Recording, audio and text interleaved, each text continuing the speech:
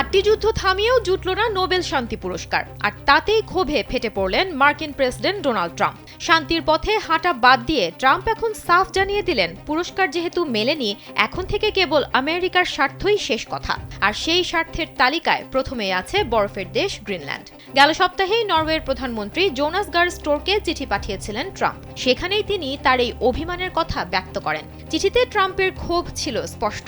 নরওয়ের প্রধানমন্ত্রীকে ট্রাম্প জানিয়েছেন, 8টি যুদ্ধ থামানোর পরও নরওয়ে যেহেতু নোবেল দিল না, তাই এখন থেকে তিনি আর শান্তির ধার ধারবেন না। তিনি এখন সেটাই করবেন যা আমেরিকার জন্য ভালো। এখন যে কোনো ব্র্যান্ডের পুরাতন এসি বদলে নতুন ওয়ালটন এসিতে উপভোগ করুন 25% ছাড়।